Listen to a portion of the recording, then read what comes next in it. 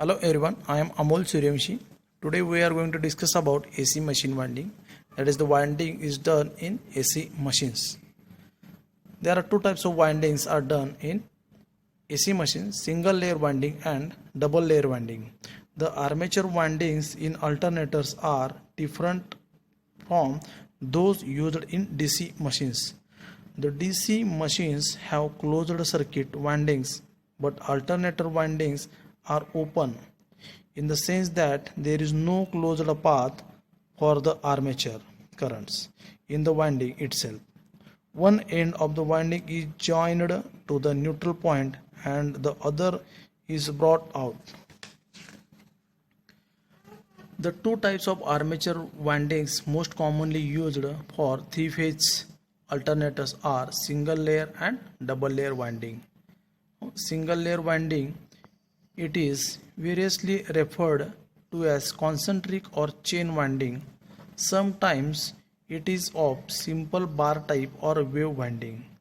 The fundamental principle of such a winding is shown in figure, which shows a single layer one turn full pitch winding. There are number of slots in all, giving 3 slots per pole or 1 slot per pole. The pole pitch is obviously 3. To get maximum EMF, two sides of a coil should be 1 pole pitch apart. That is, coil span should be equal to 1 pole pitch. In other words, if one side of the coil is under the center of a N pole, then the other side of the same coil should be under the center of S pole, that is 180 degree electrical. Now, double layer winding. This type of winding is either of wave wound type or lap wound type. It is the simplest and, as said above, most commonly used not only in synchronous machine but in induction motor as well. Two important points regarding this winding should be noted. First, ordinarily the number of slots in the stator is a multiple of the number of poles and the number of phases. Thus, the stator of a 4-pole 3-phase alternator may have 12, 24, 36, 48, etc. slots of which are seen to be multiple of 12, that is 4 into 3. Second point is the number of stator slots is equal to the number of coils. In other words, each slot contains 2 coils sides, one at the bottom of the slot and other at the top. The coils overlap each other just like shingles on a rooftop. For the 4-pole 24-slot stator machine, the pole pitch is 24 by 4 equal to 6. For maximum voltage, the coils should be full pitched. It means that if one side of the coil is in slot number 1, the other side should be in slot number 7. The two slots in 1 and 7 being one pole pitch or 180 degree apart. To make matters simple, coils have been labeled as 1, 2, 3 and 4, etc. in the developer diagram of figure. The coil number is the number of the slot in which the left hand of the coil is placed. Concentric winding. This figure shows the concentric winding. For this type of winding, the number of slots is equal to twice the number of coils or equal to the number of coil sides. It would be noted that the polar group of each phase is 360 degree electrical. Apart in this type of winding, it is necessary to use two different shapes of coils to avoid pulling of end connections. Since polar groups of each phase are 360 electrical degrees apart, all such groups are connected in same direction. The disadvantage is that short pitched coils cannot be used.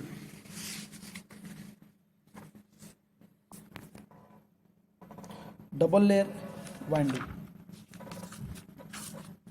This figure shows the double layer winding. Double layer winding are most widely used class of windings. Through both lap and wave types are possible because of inherent problems of a wave windings.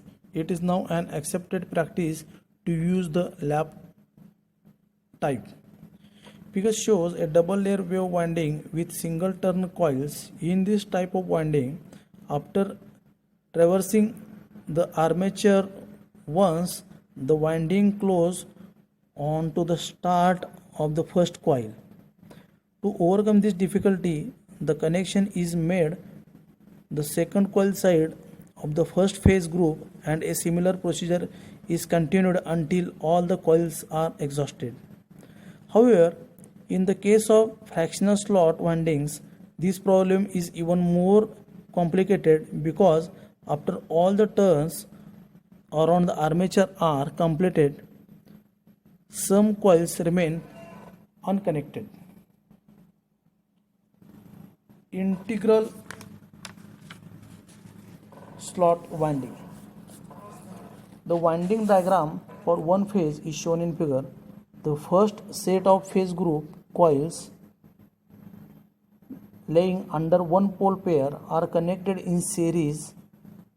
The second coil group of the phase lies under SN poles and must therefore be connected in reverse to the first coil group for additive EMF. It may be noticed that alternator coil groups are reverse connected. It is observed that the winding appears like a bifurcated one. It is also observed that coil sides lying in any given slots pertain to the same phase. All the coil groups of the phase could be connected in series or in series parallel. Star delta connections. For star connections, R, Y and B are joined together to form the star point. Then A and point R2, Y2, B2 are connected to the terminals. For delta connections, R2 and Y1, Y2 and B1, B2 and R1 are connected together and terminal leads are brought out from their junctions as shown in figure. Short pitch winding or pitch factor, or it is also called chording factor. The full pitched coils, that is coils having span which is equal to one pole pitch, that is spanning over 180 degree electrical. As shown in figure, if the coil sides are placed in slots 1 and 7, then it is full pitched. If the coil sides are placed in slots 1 and 6, then it is short pitched or fractional pitched. Because coil span is equal to 5/6 of a pole pitch, it falls short by 1/6 pole pitch, or by 180 degree by 6 is equal to 30 degree.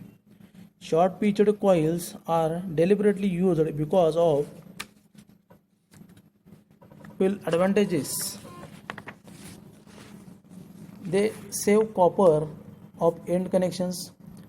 They improve EMF, the waveform of the generated EMF. That is, the generated EMF can be made to approximate to a sine wave more easily, and the distorting harmonics can be reduced or totally eliminated.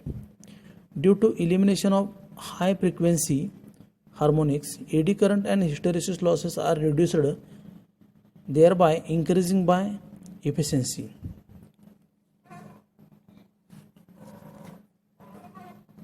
The pitch factor or coil span factor Kp or Kc is defined as, it is the ratio of vector sum of the induced EMF per coil to the arithmetic sum of the induced EMF per coil.